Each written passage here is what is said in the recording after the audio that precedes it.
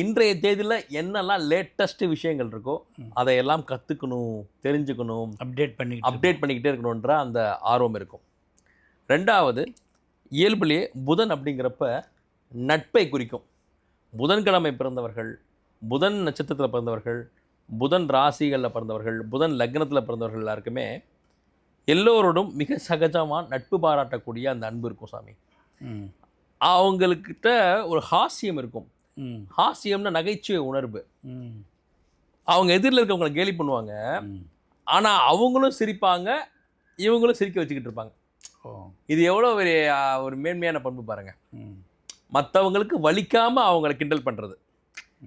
அவங்க அவங்க ஹர்ட் ஆகிற மாதிரி பண்ணிட்டோம்னா அது வந்து டீசிங், இல்லை அவங்க வந்து நம்ம காயப்படுத்தணுன்ற ஹர்ட்டிங் ஆகிடும்.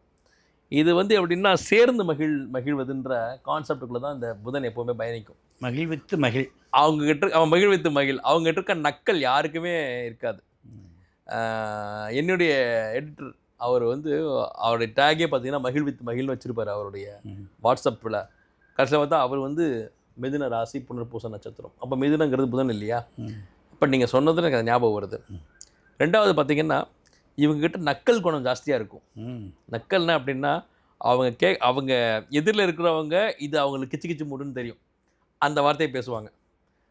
பேசும்போதே இல்லை அவங்க ஒருத்தரை வெல்கம் பண்ணும்போதே அவங்கள எப்படி வெல்கம் பண்ணால் அவங்க சிரிப்பாங்கன்றது அவங்களுக்கு தெரியும். வணக்கம் ஐயா அப்படி சொல்லும்போதே அவங்க சிரிச்சிருவாங்க. நண்பர்களை வந்து அப்படி கலகலப்பாக வச்சுக்குவாங்க. இவங்க இருக்கிற இடத்துல ஒரு சிரிப்பு இருக்கும். இவங்ககிட்ட பணம் இருக்கோ இல்லையோ, இந்த நகைச்சுவை உணர்வும் இந்த ஹாஸ்யமும் அவங்களுக்கு மிகப்பெரிய நட்பு வட்டத்தை உருவாக்கி வச்சுருக்கும்.